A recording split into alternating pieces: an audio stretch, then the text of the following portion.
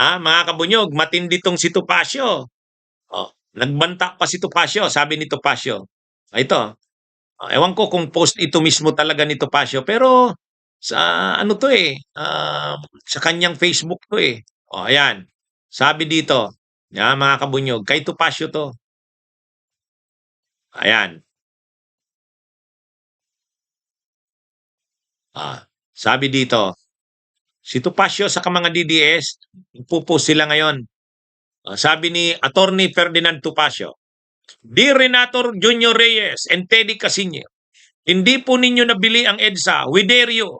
Pigilin nyo kaming pumunta bukas. NATO, puputulin namin ang baba mo at Teddy na iyakin. We will send you home crying to your mother. Kaya na. Yan ang mayabang na banta ni Attorney Topacio. Kasi nga naglabas na ng reaction ng state ng reaction sila Attorney si Teddy Casino at saka sila Renato Reyes ng Bayan sa Kamakabayan Black. Sabi ng ng Bayan sa Kamakabayan Black, hindi kayo welcome sa rally sa June 28. Mga alipores kayo ni Duterte.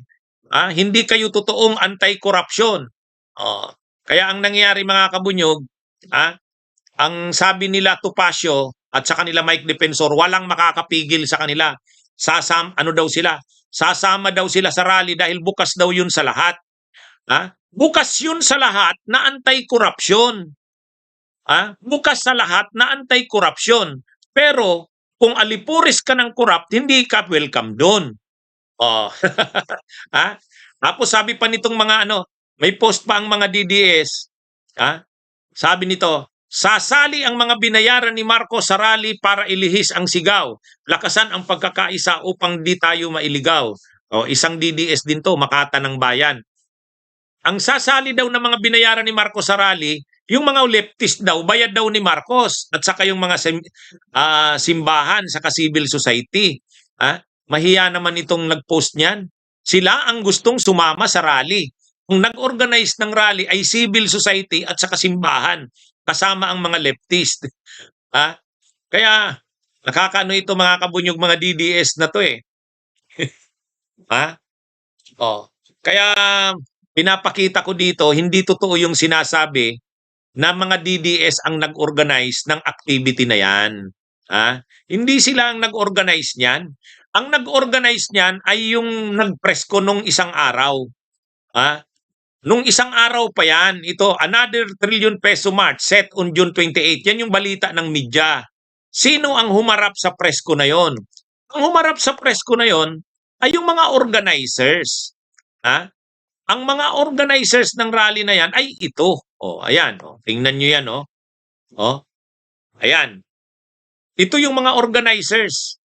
Itong nasa front row, hindi ko kilala lahat yan.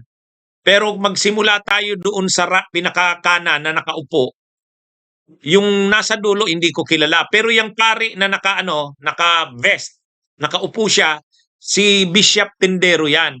Tapos yung naka-gray, na puti na ang buhok, nakaupo rin, si Bishop Colin Bagaporo. Roman Catholic Bishop yan, ang alam ko, ng Bukidnon.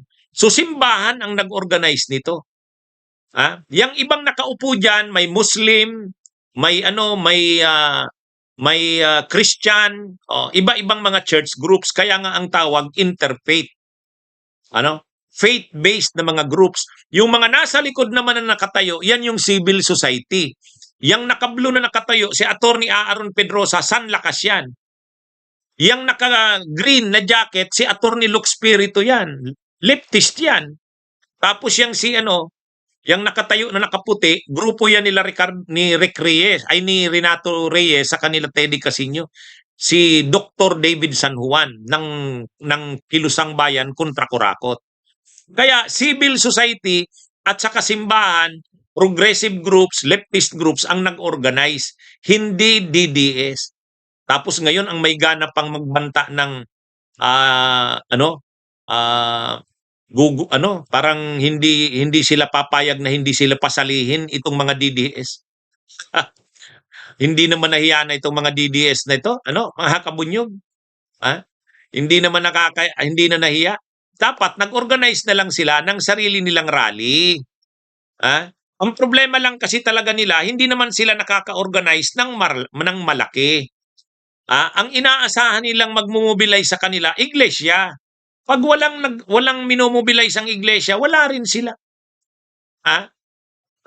Oh. Kaya ano ito mga kabunyog, mga kababayan, yan yung rally mamaya. Kaya yung sinasabi ni Topacio na sabi ni Topacio, hindi raw sila papayag na harangan sila nila Renato Reyes at sa kanila Teddy Casino. Sabi ni subukan yung harangan kami. Sabi ni Topacio. Pero sa totoo, para sana walang gulo, wag nang sumausaw ang mga DDS kasi hindi naman sila ang nag-organize ng rally na yan. Sa kayang rally na yan, ang mga nag-organize niyan, anti-Duterte yan. Anti-Duterte yan. Kaya ito mga kabunyog. So ayan, may tulong na pinadala si Maverick, pambili ng tubig. So magkita-kita mamaya mga kabunyog. Ang bunyog ay nandoon.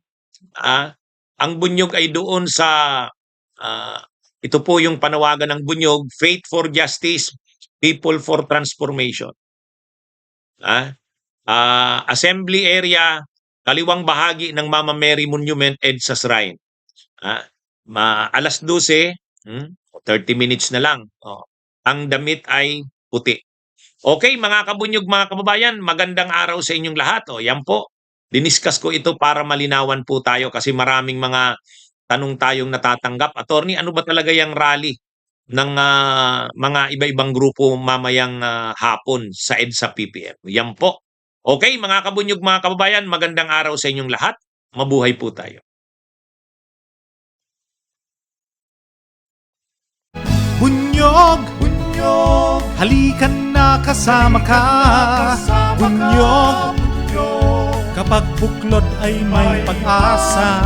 Luzon, Visayas, Mindanao, isa ang pananaw. Sa bagong Pilipinas ang bunyog isisigaw. Bunyog, bunyog.